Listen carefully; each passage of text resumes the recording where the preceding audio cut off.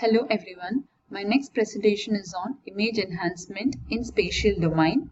In this we will be seeing about certain spatial filtering techniques and we will also be seeing some derivative operators. The first topic is smoothing filters. Now what is image smoothing? It refers to image transformation designed to smooth or flatten the image by reducing the rapid pixel to pixel variations. Mostly we use these smoothing filters in order to remove blurs or noise. So we normally use these filters to overcome blurring effect and noise reduction in our images. One type of smoothing is carried out by averaging, or it is otherwise called as a low-pass spatial filtering. This low-pass spatial filtering works on replacing the value of every pixel in an image by the average of gray levels in the neighborhood and will reduce the sharp transition in the grayscale images or grayscale levels. Now the sharp transitions here means random noise in the image, edges of the objects in the image. Now what this smoothing operation does is that it can reduce noise that is desirable and it blurs the edges which is sometimes undesirable. Now smoothing is accomplished by applying an average mask. Now these are some of the examples of a 3x3 averaging mask that can be used for low pass filtering.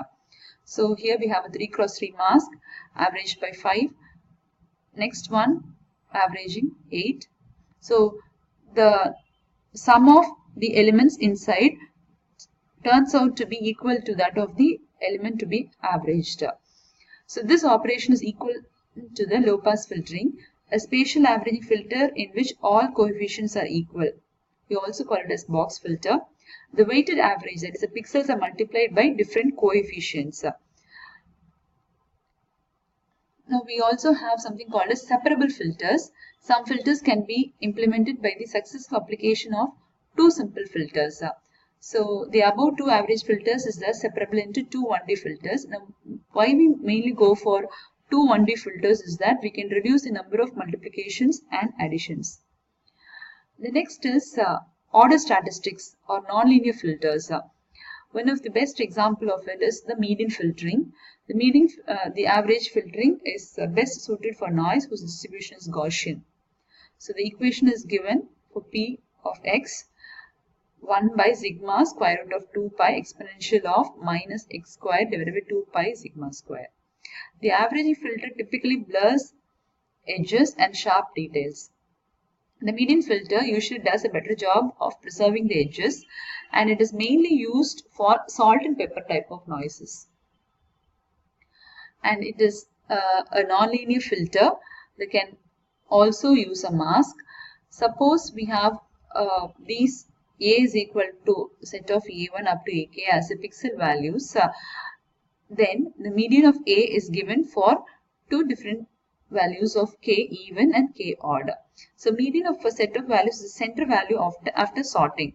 So when we are given a set of values, after sorting them, the median turns out to be its center value.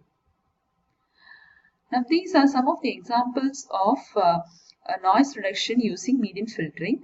This is a sample code using MATLAB where we have considered a noise-free image, added salt and pepper noise and the output by 3x3 averaging. Next is image sharpening. In image sharpening, we have mainly the high pass spatial filtering operation. It is also called as the sharpening mask, the mask that is used. A typical image high pass filtering mask looks like this. 1 by 9 and a 3x3 matrix inside. A high pass filter can also be thought of as a difference between the original and a low pass filter. So the equation G of m comma n is equal to f of m comma n minus the low pass filtering component. This is an example of a filtering technique that has been carried out using MATLAB. The original image and the filtered image looks better than that of the original image. Unsharp masking.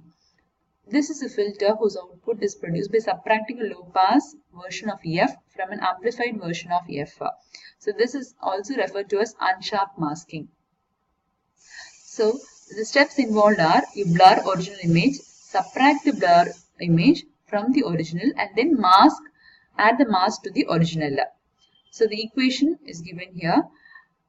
If this component A is greater than 1, then the part of the original image is added back to the high pass filtered version of F. So the unsharp masking can be expressed as G mask of x comma y equal to f of x comma y minus f dash of x comma y. We can also add a weighted portion of the mask back to the original. Let us say G of x comma y could be written as f of x comma y plus k, a value that can change, G mask of x comma y. If k is equal to 1, then it becomes unsharp masking. If k is greater than 1, it becomes a high post filtering. Next is about some of the derivative operators that are available in order to improve the quality of the image. So the strength of the response of a derivative operator is proportional to the degree of discontinuity in the image. So averaging tends to blur details. Averaging involves summation integration. So differentiation or differencing would tend to enhance abrupt changes, that is sharpen the edges. Now taking the derivative filters, we can talk about these derivative filters in terms of the first derivative and the second derivative. Now in the first derivative, there are certain conditions that are followed. That is, it must be 0 in areas of constant intensity, that is intensities without varying the same pixel intensities. Next, it must be a non-zero at the onset of intensity step or ramp. Third, it must be non-zero along ramps. So this is a condition for your first derivative. For the second derivative, it must be 0 at constant areas, must be non-zero at the onset and end of intensity step or ramp, must be 0 along ramps of constant slope. So these are the equations for the one-dimensional case of first derivative and the second derivative.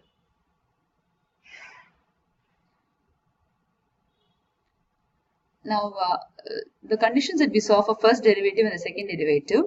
Now we see an image strip that is taken which has got varying intensities and uniform intensities at some places. So the condition of first derivative and second derivative that we discussed before would be followed in this case. So this -1 is obtained by subtracting of 4 minus 5, 3 minus 4, 2 minus 3, 1 minus 2. And whenever we have a change, that is a constant intensity, this remains as such. When there is a change, you can observe here, again it's constant and then there is a difference that is taken. So here the first derivative is taken to be a simple difference operation for calculation of first derivative. For two-dimensional case, for d square of f, d square f by dx square and d square f by dy square, the equation that is taken into consideration. Now this we can see that there are different types of operators that can be used. One is a Laplacian operator. So it is a derivative operator. It highlights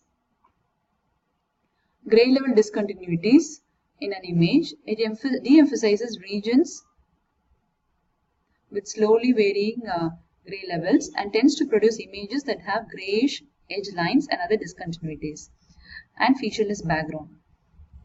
Now this is an example of Laplacian coefficient taken into consideration. This is a image that has been subjected to Laplacian filter. This is an equation that explains the gradient operator. Gradient operator corresponds to first derivative that I implemented using the magnitude of the gradient. So the magnitude of gradient is given by the component along the gradient along the x direction with respect to the gradient along the y direction. So this is the magnitude of the gradient. The equation for the magnitude of gradient is given here. The mask.